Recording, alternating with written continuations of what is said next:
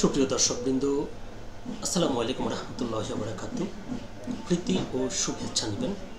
আশা করি আপনারা সকলে ভালো আছেন। আজকে বাংলাদেশের সাবেক প্রধানমন্ত্রী শেখ হাসিনা বিদেশি কয়েকটি সংবাদ মাধ্যমকে সাক্ষাৎকার দিয়েছেন। গত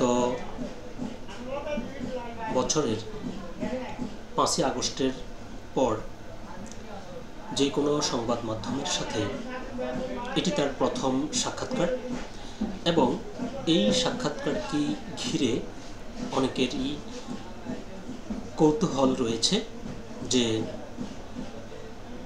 বাংলাদেশের সাবেক প্রধানমন্ত্রী শেখ হাসিনা সাক্ষাৎকারে কি বলেছেন।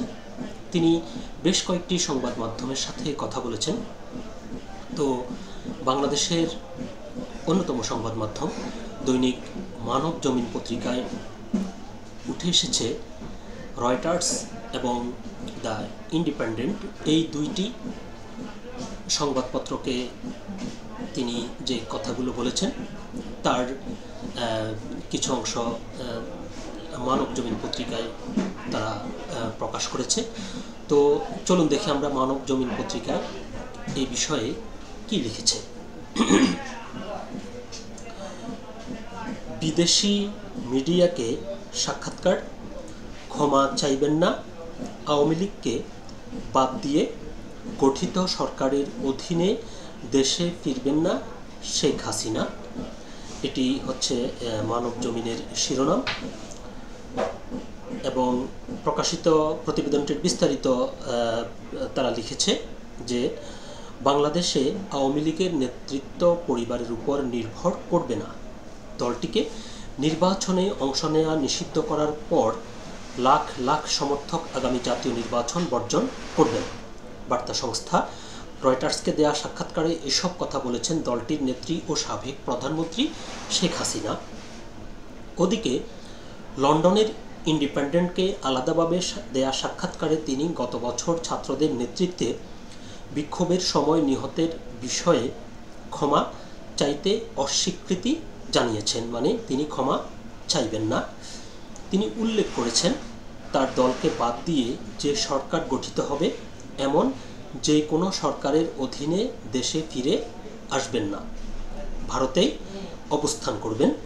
গত বছর 5ই আগস্ট পালিয়ে ভারতে আশ্রয় নেওয়ার পর এবারই প্রথম বিদেশি সংবাদ মাধ্যমের সঙ্গে সাক্ষাৎকার দিলেন তিনি পালিয়ে যাওয়ার পর শান্তিতে নোবেলজয়ী ডক্টর মোহাম্মদ ইউনূসের নেতৃত্বাধীন অন্তর্বর্তী সরকার বাংলাদেশে নেতৃত্ব দিচ্ছে। হাসিনার অপসারণের পর থেকেই বাংলাদেশ শাসন করছেন তারা। আগামী ফেব্রুয়ারিতে নির্বাচন আয়োজনের প্রতিশ্রুতি দিয়েছে অন্তর্বর্তী সরকার। শেখ হাসিনা বলেন, আওয়ামী লীগকে নিষিদ্ধ করা শুধু অন্যায় নয়, বরং সেলফ ডিপিটিং। তিনি বলেন, পরবর্তী সরকারে অবশ্যই নির্বাচন তাৎপর্য থাকা চাই। কোটি কোটি মানুষ আওয়ামী লীগের সমর্থক, তাই এই অবস্থায় তারা ভোটে যাবে না। কার্যকর রাজনৈতিক ব্যবস্থার জন্য কোটি কোটি মানুষকে নির্বাচন থেকে বঞ্চিত করা যায় না। রয়টার্স লিখেছে, বাংলাদেশের নিবন্ধিত ভোটারের সংখ্যা 12.5 কোটি ছাড়িয়ে গেছে। রাজনৈতিকভাবে আওয়ামী লীগ ও বাংলাদেশ জাতীয়তাবাদী দল বিএনপি দীর্ঘদিন ধরেই মূল দুই দল। আগামী নির্বাচনে বিএনপিকে বিজয়ী হিসেবে দেখা হচ্ছে।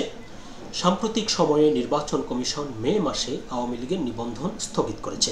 তার আগে ইউনূস সরকারের অধীনে জাতীয় নিরাপত্তা ও যুদ্ধাপরাধ তদন্তের জন্য ওই দলের সব কর্মকাণ্ড নিষিদ্ধ করা হয়। শেখ হাসিনা আরও বলেন, আমরা আমাদের সমর্থকদের অন্য কোনো দলকে সমর্থন করতে বলছি না, মানে যারা আওয়ামী লীগ করেন বা আওয়ামী লীগের সমর্থক তাদেরকে অন্য কোনো দলকে সমর্থন করতে বলছেন না তিনি। আমরা এখনও আশা করি সাধারণ বিবেক জয়ের পথে ফিরে আসবে এবং আমাদের দল নিজে নির্বাচনে অংশ নিতে পারবে। রয়টার্স লিখেছে, তিনি জানালেন না নিজে কিংবা তার প্রতিনিধির মাধ্যমে তারা গোপনে বাংলাদেশি কর্তৃপক্ষের সঙ্গে আলোচনা করছেন কিনা যাতে আওয়ামী লীগ নির্বাচনে অংশ নিতে পারে। অর্থাৎ তাকে হয়তো প্রশ্ন করা হয়েছে যে বাংলাদেশে নির্বাচন যে সামনে যে নির্বাচন অনুষ্ঠিত হতে যাচ্ছে সেই নির্বাচনে অংশগ্রহণের ব্যাপারে গোপনে বর্তমানে যে অন্তর্বর্তীকালীন সরকার রয়েছে তাদের সাথে শেখ হাসিনার কোনো প্রতিনিধি কোনো যোগাযোগ করছে কিনা এই ব্যাপারে তারা যখন প্রশ্ন করে তিনি তখন কিছু বলেননি।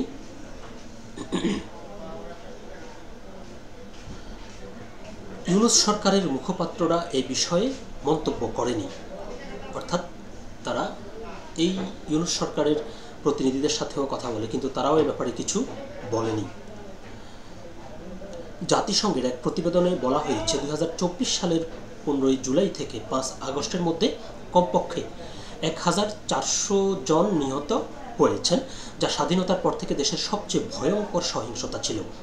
হাসিনা এই অভিযোগগুলো অস্বীকার করে বলেছেন তিনি নিজে প্রাণঘাতী বল প্রয়োগ বা অন্যান্য অভিযোগের অপরাধে অংশ নেননি। তিনি বলেছেন তার দেশে ফেরা এখনও পরিকল্পনায় নেই, অর্থাৎ তিনি দেশে ফেরার ব্যাপারে এখনও তার পরিকল্পনার মধ্যে দেশে ফেরার বিষয়টি এখনও নেই।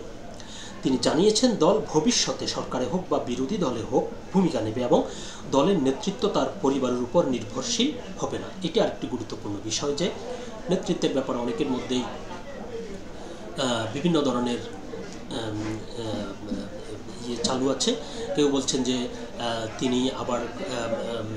তিনি দায়িত্বে থাকবেন, কেউ বলছেন তার পরিবারের তার ছেলে জয় এবং পুতুলের কথা বলা হচ্ছে, তাদের মধ্য থেকে কাউকে নেতৃত্ব দেবেন। ভারতে যে কংগ্রেস রয়েছে সেই কংগ্রেসের রাহুল প্রিয়াঙ্কার মতো এবং সোনিয়াদের মতো এই স্টাইলে তিনি জয় এবং পুতুলকে রাজনীতিতে এস্টাবলিশ করবেন। তো তিনি এখানে এই বিষয়টি ক্লিয়ার করেছেন যে তার এটা আমার বা আমার পরিবারের ব্যাপার নয়। বাংলাদেশের জন্য যে ভবিষ্যৎ আমরা সবাই চাই, সেজন্য সাংবিধানিক শাসন ও রাজনৈতিক স্থিতিশীলতা ফিরে আসতেই হবে। কোনো এক ব্যক্তি বা পরিবার আমাদের দেশের ভবিষ্যৎ নির্ধারণ করে না। তিনি বলেন, অবশ্যই আমি দেশে যেতে চাই, শুধু যদি সরকার বৈধ হয়, সংবিধান রক্ষা পায় এবং আইন ও শৃঙ্খলা সত্যিকারভাবে বজায় থাকে। আমরা এর আগে বিভিন্ন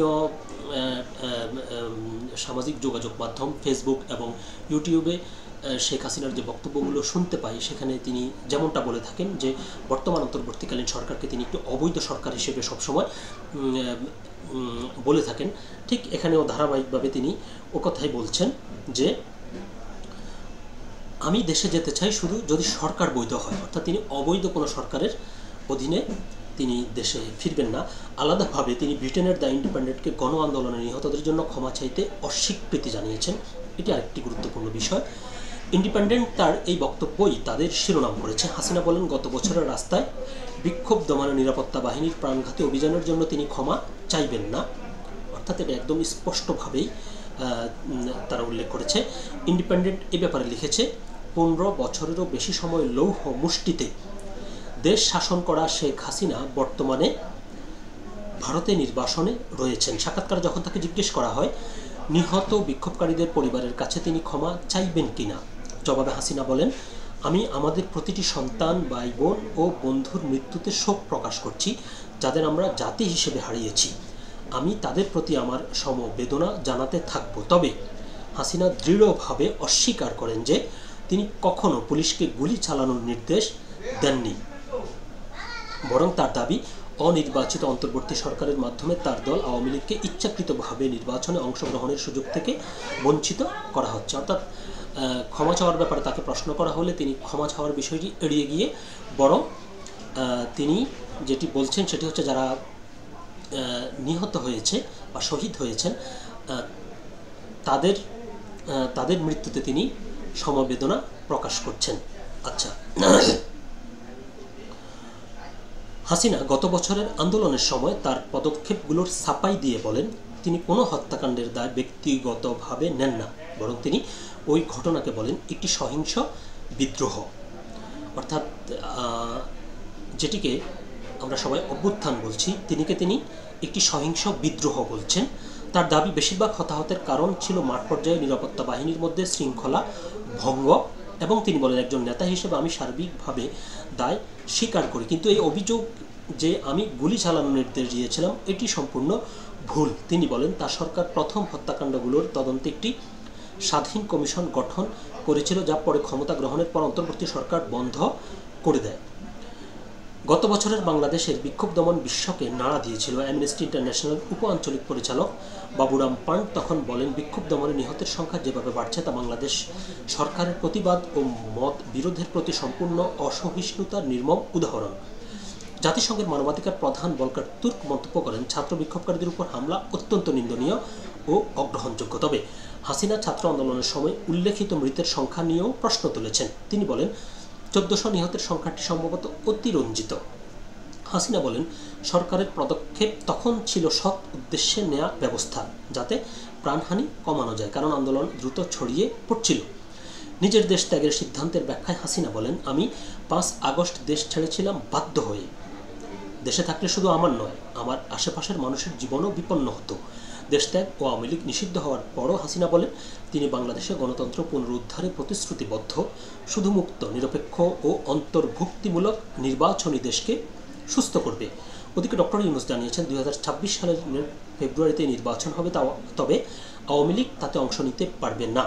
নিজের উত্তরাধিকার প্রসঙ্গে হাসিনা বলেন, আমি চাই মানুষ আমাকে সেই নেতা হিসেবে মনে রাখুক যিনি 1990-এর দশকে সামরিক শাসনের পর দেশে সংসদীয় গণতন্ত্র ফিরিয়ে এনেছিলেন এবং লক্ষ লক্ষ মানুষকে দারিদ্র্য থেকে উত্তরণে সহায়তা করেছিলেন। তিনি বলেন, এই অর্জনগুলো এখন উল্টে যাওয়ার ঝুঁকিতে রয়েছে।